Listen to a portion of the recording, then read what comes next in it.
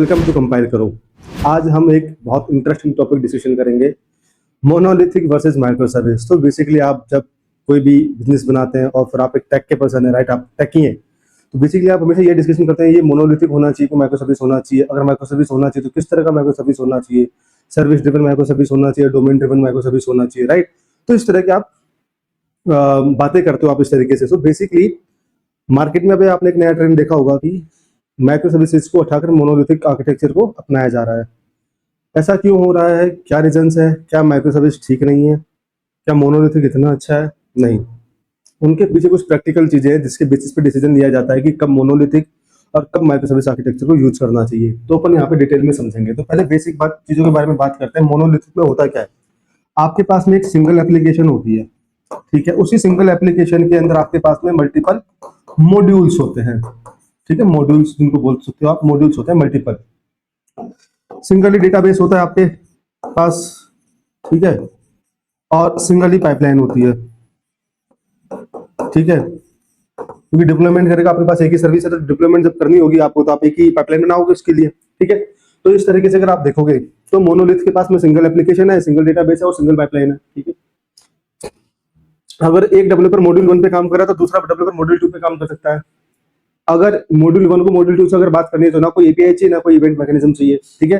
Communication आप directly कर सकते हो, ठीक है, क्योंकि कॉमन डेटाबेस है। आप फंक्शन इंपोर्ट कर लोगे, क्लास इंपोर्ट कर लोगे, ठीक। तो आपके कम्युनिकेशंस की जो कॉस्ट है वो भी नहीं है, ठीक है। अब माइक्रो सर्विस की बात करते हैं, है ना। अब माइक्रो सर्विस में क्या होता है बेसिकली अगर आप देखेंगे, सो मैं इसको उठा रहा हूँ यहाँ से, ठीक है। सो आप अपने यूज केस के हिसाब से अलग अलग सर्विसेज बनाते हैं।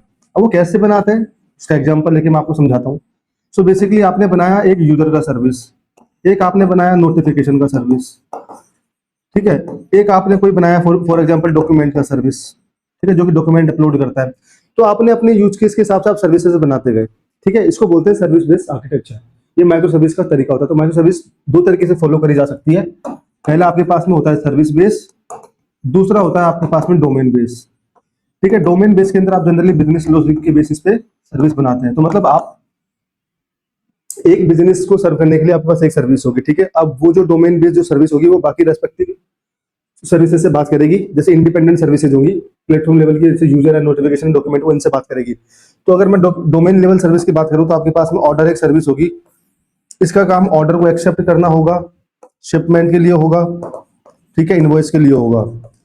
सो बेसिकली अगर आप देखेंगे, ठीक है, तो इसमें मैंने बोला आपसे कि ये आपके सर्विस लेवल आर्किटेक्चर है, या आपके पास में डोमेन लेवल का आर्किटेक्चर है। तो बेस्ट कॉम्बिनेशन जो होता है ना वो सर्विस प्लस डोमेन दोनों को मिला के होता है। तो आप अपने बिजनेस यूज के हिसाब से एक बिजनेस की सर्विस बना सकते हैं, बाकी रेस्पेक्टिव सर्विस को अलग अलग रख सकते हैं। अब ये सर्विसेज अपना अपना डेटाबेस यूज करेंगे, ठीक है ना। इसका खुद का डीबी होगा, इसका खुद का डीबी होगा, इसका खुद का डीबी होगा, ठीक है। तो अगर एक सर्विस डीबी पे अगर कोई इंपैक्ट है तो दूसरे सर्विस का उसमें कोई इंपैक्ट नहीं पड़ेगा। तो आपके सिर्फ एक मॉड्यूल डाउन होगा, बाकी आपका पूरा प्लेटफॉर्म चलता रहेगा, ठीक है। इस वजह से माइक्रो सर्विस को अडॉप्ट किया गया था। बट अब माइक्रो सर्विस में दिक्कत क्या है? सो बेसिकली क्या है कि आपको एक दूसरी सर्विस से अगर बात करनी है तो आप कैसे बात करोगे, उसके कुछ डिफाइंड मेथड्स है, बट उसके साथ कुछ लेटेंसी की कॉस्ट आएगी। चाहे आप नेटवर्क कॉल पे जाओ, चाहे आप इवेंट बेस पे जाओ, सिंक में जाओ, चाहे सिंक में जाओ, तो कॉस्ट आपको देनी पड़ेगी। सो बेसिकली माइक्रो सर्विस में इससे भी एक बड़ी प्रॉब्लम है, ठीक है, जो कि डिस्ट्रीब्यूटेड आर्किटेक्चर के लिए पेनफुल है। उसका एक रीजन है, क्योंकि आप उसको कंटिन्यूसली अप्लाई नहीं कर सकते। उसको बोलते हैं ट्रांजेक्शन। तो अगर मान लीजिए डिस्ट्रीब्यूटेड सिस्टम में अगर आपको ट्रांजेक्शन अप्लाई करना है, तो मान लीजिए आप माइस्क्ल में जो ट्रांजेक्शन होते हैं ना, आप जब कोई रो कमिट करने जाते हैं तो आपने ट्रांजेक्शन बनाया, उसके अंदर आपने कुछ चेंजेस करे, फिर आपने फाइनली उन चीजों को कमिट करा। अब इस तरह का ट्रांजेक्शन अगर मैं मल्टीपल सर्विस पे कैसे चला पाऊंगा? फिजिबिलिटी नहीं है, क्योंकि आपको नेटवर्क कॉल्स के थ्रू दूसरी सर्विस से कनेक्ट करना पड़ेगा, ठीक है। तो माइक्रो सर्विस में एक सागा डिजाइन पैटर्न होता है, ठीक है। अब बेसिकली सागा डिजाइन पैटर्न क्या होता है उसके बारे में समझने की कोशिश करते हैं पहले, ठीक है। तो सागा डिजाइन पैटर्न में दो इंपॉर्टेंट फैक्टर होता है, एक कोरियोग्राफी होता है, एक ऑर्केस्ट्रेटर होता है, ठीक। तो कोरियोग्राफी क्या होता है? कोरियोग्राफी के अंदर आपके जो जितने भी लोकल ट्रांजेक्शन होते हैं वो इंडिपेंडेंट चलते हैं, ठीक है। इंडिपेंडेंट का मतलब क्या होता है कि वहां पे कोई सेंट्रल मैनेजमेंट सिस्टम नहीं होता है, इंडिपेंडेंट होता है। एक तो होता है कोरियोग्राफी, ठीक है, कोरियोग्राफी। एक होता है आपके पास में ऑर्केस्ट्रेटर, ठीक है। अब इसमें क्या होता है, इसमें आपके पास में सेंट्रल मैनेजमेंट नहीं होता, ये डिस्ट्रीब्यूटेड लोकल ट्रांजेक्शन कमिट करता है। इसको बोलते हैं डिस्ट्रीब्यूटेड, ठीक है, कैसे काम करता है? आपके पास में ये ऑर्डर सर्विस है, ये पेमेंट सर्विस है और ये फुलफिलमेंट सर्विस है। अब आप समझने की कोशिश करना, जब आप कोई भी ऑर्डर प्लेस करते हो तो पहले आप ऑर्डर बनाते हो इनिशियल स्टेज पे, फिर पेमेंट सर्विस को पेमेंट काटने के लिए बोलते हो, ठीक है। तो ऑर्डर सर्विस क्या करेगी? पेमेंट के पास में जाएगी, अब बोलेगी तो ऑर्डर सर्विस ने अपना काम करके एक इवेंट फायर कर दिया, एक काफका की पाइपलाइन में सिंक में एक इवेंट फायर कर दिया कि मैंने मेरा काम कर लिया, तुम अपना काम देखो। अब पेमेंट सर्विस के पास वो इवेंट आया, इसको क्या काम करना है? इसने अपना थर्ड पार्टी से बात करा, पेमेंट डिडक्ट करा और अपना काम करके इसने एक्नॉलेजमेंट दे दिया, भाई मेरा काम हो गया, अब आप देख लो। उसके बाद फुलफिलमेंट सर्विस के पास में गया, उसने अपना काम कर दिया, उसने उस आइटम को, उस वाले प्रोडक्ट को फुलफिल कर दिया, मतलब डिलीवर कर दिया, ठीक है। तो यहाँ पे जितना भी जो बात हो रही है ना, ये इंडिपेंडेंट है सारे, ठीक है, यहाँ पे कोई चेन सर्कल नहीं है। तो आपने ऑर्डर ने अपना काम करा, पेमेंट ने अपना काम करा और फुलफिलमेंट ने अपना काम करा। अगर बीच में कहीं कॉल फेल हो जाती है ना, तो उसको ट्रैक कर पाना मुश्किल होता है, ठीक है, क्योंकि यहाँ पे कोई सेंटर कोऑर्डिनेटर नहीं है। जैसे आप पता करो, तो अगर मान लीजिए यहाँ पे ऑर्डर ने पेमेंट को अगर बोला, ठीक है, तो इसका मतलब क्या है कि ऑर्डर पेमेंट पे डिपेंडेंट है। तो अगर जैसे उसने अगर पेमेंट करना चाहा लेकिन पेमेंट फेल हो गया, तो उसको एक्नॉलेजमेंट देनी पड़ेगी, मैंने पेमेंट फेल कर दिया है।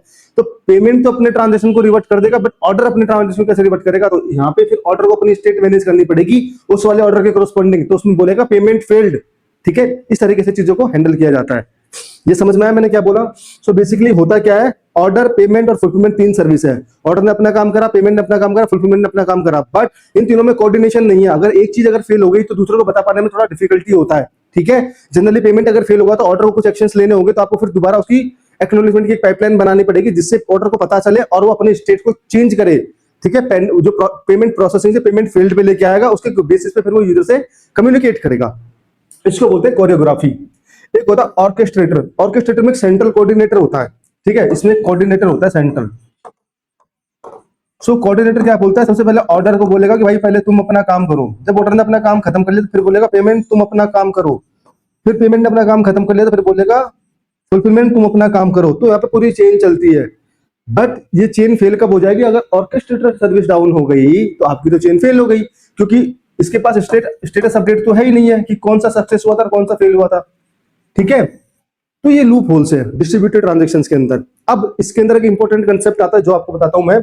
सो बेसिकली 1 पीसी, 2 पीसी और 3 पीसी। 1 पीसी होता है सिंगल फेज, जो कि आप मोनोलिथिक आर्किटेक्चर में फॉलो करते हो। 1 पीसी का मतलब क्या होता है? आपके पास डेटा है, आपने उसको कमिट कर दिया या फिर उसको रोल बैक कर दिया, दैट्स इट। इसको बोलते हैं 1 पीसी। 2 पीसी में क्या होता है? 2 पीसी जनरली होता है डिस्ट्रीब्यूटेड आर्किटेक्चर के लिए। वो कैसे काम करता है? मान लीजिए आपकी सर्विस ए है और एक्स, वाई और जेड है, ठीक है। तो ए आपके पास कोई कोऑर्डिनेटर है, ठीक है, इसकी तरह कोऑर्डिनेटर। इसने बोला कि मुझे कुछ डेटा कमिट करना है, तो पहले मुझे एक्स, वाई और जेड को बताना पड़ेगा, ठीक है, कि भाई आप रेडी हैं डेटा को कमिट करने के लिए? तो बोलेगा हाँ। तो पहले इसने एक मैसेज भेजा एक्स, वाई और जेड को कि भाई मैं ये वाला डेटा कमिट करना चाहता हूँ, आर यू ऑल रेडी? तो यहां से फिर ये तीनों बोलेंगे यस यस यस। ए ने रिसीव करा, यस। फिर उसके बाद ए ने बोला कमिट, तो तीनों के पास गया कमिट कमिट कमिट। अब इस कमिट के एक्नॉलेजमेंट आते समय अगर ए डाउन हो गया तो ए को तो पता ही नहीं चला कि इन तीनों ने कमिट कर दिया। या फिर जब इन्होंने यस बोला तो बेसिकली अगर एक्स वाई जेड वाई ए से जब कम्युनिकेशन कर रहे हैं उस समय जब ए डाउन है तो वो स्टेट मिसमैच होगी, मतलब स्टेट वो लॉस्ट हो गई। अब लॉस्ट होने के बाद आप उसको पकड़ ही नहीं पाओगे, ठीक है। अब इसका लोगों ने सॉल्यूशन क्या बनाया? इसको 3 पेज में कन्वर्ट कर दो जी। आप क्या करो कि कोऑर्डिनेटर के बीच में एक और कोऑर्डिनेटर बैठा दो। तो मतलब यहाँ जो लेयर है ना ए, एक्स वाई और जेड के बीच में, इन्होंने क्या करा? ए के बाद में बी और बी के बाद में फिर एक्स वाई जेड कर दिया। एकदम सिंपल वे में आपको मैं 1 फेज कमिट, 2 फेज कमिट और 3 फेज कमिट समझा रहा हूं। किसी भी इंटरव्यू में पूछा जाएगा तो सिंपल इसी वे में आपको आंसर करना है, जिससे आपको एकदम क्लैरिटी हो कि आप क्या बोलना चाहते हैं। बेसिकली कॉन्फिडेंस होना चाहिए किसी चीज को बोलने के लिए। जब आप करेक्ट वे में चीजों को बोलोगे तो कॉन्फिडेंस अपने आप आ जाएगा, ठीक है। तो मैंने बोला ए, बी और आपके पास एक्स वाई जेड, तो ए ने बी के पास है तो बी आपके पास में। अब यहाँ पे कोऑर्डिनेटर हो गया। अगर यहाँ पे ए डाउन हो गया तो फर्क नहीं पड़ता, बी इसकी स्टेट मेंटेन कर लेगा और सारी सर्विसेज एक बार में डाउन नहीं जा सकती है। इन्होंने ये assumption के साथ बनाया, बट ये काफी कॉम्प्लेक्स होता है इसको इंप्लीमेंट करना, ठीक है। क्या होगा अगर बी भी डाउन चली जाएगी? तो जा सकती है ना, फिर तो सब चीजें लॉस्ट हो जाएगी। तो डिस्ट्रीब्यूटेड ट्रांजैक्शन के अंदर ये प्रॉब्लम है। तो बेसिकली डिस्ट्रीब्यूटेड ट्रांजैक्शन को बेटर वे में हैंडल करने के लिए ना आपके पास इंडिपेंडेंट जो सर्विस होती है ना उसके पास एक स्टेट मैनेजमेंट 100% होना चाहिए। क्योंकि अगर आपके पास एक्नॉलेजमेंट सर्टेन ड्यूरेशन में नहीं आए ना तो आप उसको फील्ड मार्क कर दोगे या फिर आप उसका स्टेट को रिवर्ट कर दोगे, क्योंकि आप डेटा तो डिलीट नहीं कर सकते हो और डेटा डिलीट करना भी नहीं चाहिए, क्योंकि 3 जगह सक्सेस हो गया तो 1 जगह फेल हुआ है, तो 3 जगह पता तो लगना चाहिए मुझे चौथी जगह फेल क्यों हुआ है ना। तो बेसिकली आपको रिवर्स प्रोपगेशन करना पड़ता है, बैक प्रोपगेशन करना पड़ेगा। तो इसी तरीके से डिस्ट्रीब्यूटेड ट्रांजैक्शंस काम करते हैं। आप जैसे ऑर्डर, पेमेंट और फुलफिलमेंट मैंने आपको बेस्ट एग्जांपल दिया। अगर ऑर्डर फेल हुआ तो वहीं से पे ने रिटर्न कर दिया, अगर पेमेंट फेल हुआ तो ऑर्डर ने अपने पास में पेमेंट फेल का स्टेटस मार्क कर दिया, अगर फुलफिलमेंट फेल हुआ तो फुलफिलमेंट फेल मार्क होगा ऑर्डर सर्विस के अंदर और फिर रिफंड चल जाएगा यूजर को। ठीक है, इस तरीके से पूरी जर्नी काम करती है। कोरियोग्राफी में सेंट्रल कोऑर्डिनेटर नहीं होता है, ऑर्केस्ट्रेटर में सेंट्रल कोऑर्डिनेटर होता है।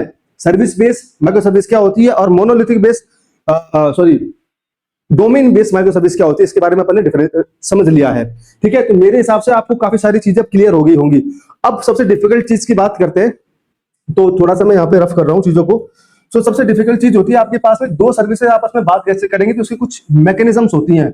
बट दिक्कत क्या है कि दोनों सर्विस जब आपस में बात करती है तो कुछ तो लेटेंसी वो ऐड करेंगी, क्योंकि या तो आप HTTP कॉल के थ्रू बात करोगे, या gRPC के थ्रू बात करोगे, या फिर आप इवेंट के थ्रू बात करोगे, असिंक इवेंट जिसको बोल सकते हैं आप। ठीक है, अब ये चीज होती क्या है, तो बेसिकली आप HTTPS S यूज नहीं करते हो, ध्यान रखना S नहीं है ये। S क्यों नहीं, अदरवाइज फिर आप वो वैलिडेशन की लेटेंसी बढ़ा दोगे। ठीक है, वो नहीं करना, TLS की लेटेंसी मुझे नहीं बढ़ानी है। मैं सिर्फ HTTP पे बात करूंगा और ये सारा का सारा काम आपके पास एक प्राइवेट नेटवर्क के अंदर हो रहा है। क्यों? क्योंकि प्राइवेट नेटवर्क के अंदर ही आपका कुबरनेट काम कर रहा है, KTS, और यहाँ पे आपके पास में सर्विसेज चल रही है आपकी। ठीक है, कंटेनर मोड में। अब इस सर्विस को अगर इससे बात करनी है तो ये बात कैसे करेगी, तो मैंने बोला HTTP कॉल के थ्रू आप बात कर लो। ठीक है ना, क्योंकि मुझे प्राइवेट नेटवर्क के अंदर सिक्योरिटी नहीं चाहिए, HTTP हो गया। gRPC का मतलब क्या होता है, gRPC एक फंक्शन कॉल होती है बेसिकली। ठीक है ना, ये फंक्शन कॉल होती है, फंक्शन एक्सपोज कर देती है एक सर्विस अपना, कि भाई इस फंक्शन को यूज कर लो आप अपने API की तरह, उसमें मुझे डेटा दे दो, उसके साथ में प्रोसेसिंग कर दूंगा। gRPC कॉल जो होती है वो थोड़ी सी ऑप्टिमाइज होती है, ठीक है, कंपेयर टू दिस कॉल। अब उसके बाद होता है इवेंट। इवेंट में आप जैसे आपने काफका में पुश कर दिया, RabbitMQ में डेटा पुश कर दिया, उसने कंज्यूम कर दिया और आपको एक्नॉलेजमेंट दे दिया, तो दो सर्विसेज के बीच में आपस में बात इवेंट बेसिस पे हो गई। ठीक है, उसके लिए आपको एक्नॉलेजमेंट वाला पार्ट सेटअप करना पड़ता है ना, थोड़ा सा वो आपकी कॉम्प्लेक्सिटी ऐड ऑन कर देगा। अब आता हूं gRPC पे, ये बेस्ट तरीका होता है कम्युनिकेट करने के लिए। ठीक है, क्यों होता है, क्योंकि ये प्रोटोबफ प्रोटोकॉल पे डिपेंडेंट है। प्रोटोबफ ये क्या होता है, ये लाइट वेट डेटा ट्रांसफर होता है, इसकी लेटेंसी भी मिनिमम होती है, क्योंकि ये टेक्स्ट फॉर्मेट में डेटा ट्रांसफर करता है। जेसन फॉर्मेट में जब आप कोई भी डेटा ट्रांसफर करते हो तो उसमें आपके पास सीरियलाइजेशन और डीसीरियलाइजेशन की कॉस्ट ऐड हो जाती है। ठीक है, तो इसकी वजह से उसमें टाइम ज्यादा लगता है, इसमें टाइम कम लगता है। ठीक है, HTTP एकदम सिंपल प्लेन वाली नेटवर्क कॉल है, ये नेटवर्क के थ्रू जाएगी और इसको इस वाली सर्विस से डेटा लेके आ जाएगी और अपना काम कर लेगी। इस तरीके से माइक्रो सर्विसेज आपस में कम्युनिकेशन करते हैं।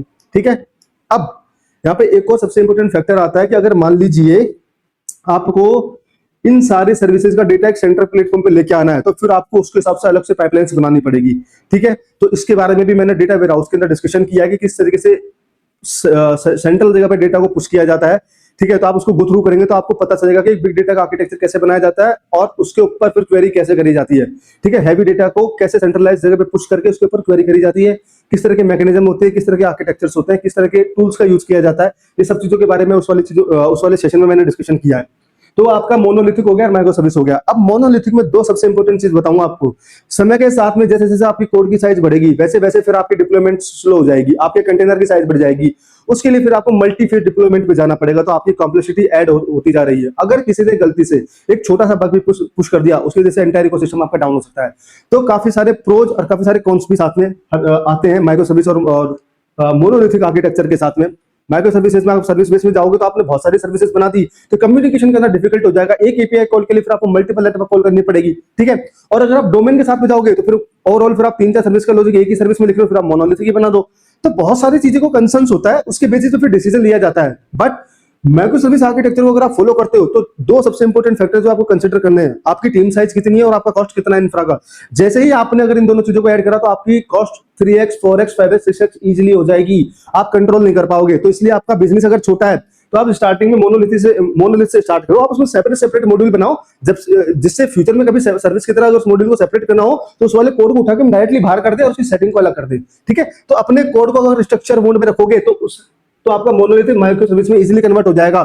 इसके लिए आपको domain driven approach DDD follow करनी पड़ती है, जो कि LLD का बेस्ट प्रैक्टिस बोलते हैं उसको। ठीक है, एक डोमेन ड्रिवन होती है, उसमें आप क्या बोलते हैं कि एंटिटी डिफाइन करते हो, फिर एंटिटी के रूल डिफाइन करते हो, फिर उसकी जंक्शन डिफाइन करते हो एंटिटी के लिए। ठीक है, तो इस वजह से आपको बोला जाता है कि ऊप्स पे फोकस किया जाए, क्योंकि जब आप फ्यूचर में कोड में जब मूव करते हैं ना तो ऊप्स आपकी हेल्प करती है चीजों को इजीली सेग्रीगेट करने के लिए, चीजों को इजीली मैनेज करने के लिए। ठीक है, ऊप्स के डिजाइन पैटर्न के ऊपर भी मैं एक सेशन बनाऊंगा, जब आपको डिटेल में समझ में आएगा कि किस तरह का डिजाइन पैटर्न किस तरीके से यूज करना चाहिए। मिनिमम समय में आप अच्छे डिजाइन पैटर्न भी यूज कर सकते हो, लेकिन आप हड़बड़ी में उनको यूज नहीं करते। इसके चक्कर में होता क्या है कि शुरुआत में आपने मोनोलिथिक आर्किटेक्चर बनाया, फिर जैसे माइक्रो सर्विस में मूव करने की बारी आएगी तो आपको काफी डिफिकल्टी होती है, फिर आपका सिस्टम धीरे धीरे ब्रेक होने लगता है और आप जैसे नई नई सर्विस अप करते हैं फिर उसमें कोई ना कोई कम्युनिकेशन गैप आ जाता है, फिर आपका क्लाइंट परेशान होता है, आप परेशान होते हो, काफी सारे बग रेज होते हैं। ठीक है, तो ओवरऑल सिंपल भाषा में हमने समझा कि मोनोलिथिक और माइक्रो सर्विसेज आर्किटेक्चर होते हैं, इनको देखने की पिक्चर क्या होती है, ठीक है। अब यहाँ पे आपको फ्लेक्सिबिलिटी मिलती है, कहां पे, क्या, माइक्रो सर्विस में, कि आप अपने सर्विस के नेचर के हिसाब से डेटाबेस का सिलेक्शन कर सकते हैं। बट मोनोलिथिक में क्या होता है, आपको एक ही सेटिंग के अंदर सारे डेटाबेसेस के साथ में कनेक्शन बनाना पड़ेगा, ठीक है। अगर आप आपकी सेटिंग में आपने कुछ गलत पुश कर दिया तो सारी की सारी सर्विस बंद हो जाएगी, ठीक है। तो कुछ फ्लेक्सिबिलिटी भी मिलती है, कुछ डिफिकल्टी भी होती है, कुछ कॉम्प्लेक्सिटी भी ऐड ऑन होती है माइक्रो सर्विस के साथ में, ठीक है। जनरली लोग इसके लिए GraphQL का यूज करते हैं, क्योंकि आपको 3-4 सर्विसेज से बात करके फिर रेस्पॉन्स को रिटर्न करना है, इस वजह से आपको GraphQL भी मिलता है। तो GraphQL क्या करता है कि आपको मल्टीपल डेटाबेसेस और सर्विस एक साथ बात करता है। तो बहुत सारी चीजें होती है जिनके थ्रू इनको इंप्रूव करने की कोशिश की गई है, बट कॉम्प्लेक्सिटी उतनी ही है। और सबसे मेन बात, डिस्ट्रीब्यूटेड ट्रांजैक्शन, ठीक है। 1 फेज, 2 फेज और 3 फेज कमिट। तो 2 फेज के अंदर वही वाली बात है कि single point of failure, 3 phase में जाओगे तो कहीं ना कहीं दूसरा भी फेल हो ही जाएगा। तो इस वजह से चीजें कॉम्प्लेक्स हो जाती है माइक्रो सर्विस के साथ में, बट आपको फ्लेक्सिबिलिटी देती है और आप इजीली नई चीजों को अडॉप्ट कर सकते हैं, ये फैसिलिटी भी देती है, ठीक है। रेजिलियंसी वगैरह की अगर बात करेंगे तो फिर माइक्रो सर्विस पे जाना पड़ेगा आपको, क्योंकि रेजिलियंसी, रिलायबिलिटी, ये दो टर्म ऐसे होते हैं जहां पे आपको 99.99% ऑफ टाइम चाहिए होता है अपने इकोसिस्टम का, तो आप इसी के थ्रू डिफाइन कर सकते हैं, ठीक है। हालांकि ये वाला चीज जो है हर एक सर्विस के लिए एप्लीकेबल होता है, ठीक है। तो आप डिस्ट्रीब्यूटेड वे में चीजें रखेंगे तो बेटर होगा। और अगर आप एक ही डेटाबेस मोनोलिथ में अगर यूज करते हैं और उसमें आपने बहुत सारा डेटा डाल दिया तो आपकी क्वेरी स्लो डाउन हो जाएगी, आप किस लेवल तक ऑप्टिमाइज कर लोगे डेटाबेस को, तो आपको वाली फ्लेक्सिबिलिटी भी मिल जाती है माइक्रो सर्विस के अंदर। तो हमने सारे यूज केसेस डिस्कवर कर लिए कि कब मोनोलिथिक यूज करना है, कब माइक्रो सर्विस। मैंने आपको हर चीज बता दिया। आप अपना बिजनेस का यूज केस समझना, पेन पेपर पर लिखना, बोर्ड पे लिखना, समझना कहां पे क्या चीज फिट होनी चाहिए, उसके बेसिस पे फिर आपको डिसीजन लेना है, ठीक है। कुछ भी डाउट हो कमेंट सेक्शन में आप डालना, मैं आपको बेटर वे में आंसर करूंगा। और इसी तरह के इंटरेस्टिंग चीजों को जानने के लिए और समझने के लिए जुड़े रहिए इस चैनल के साथ में। इस वाले चैनल को ज्यादा लाइक, सब्सक्राइब और शेयर करिए। Thank you.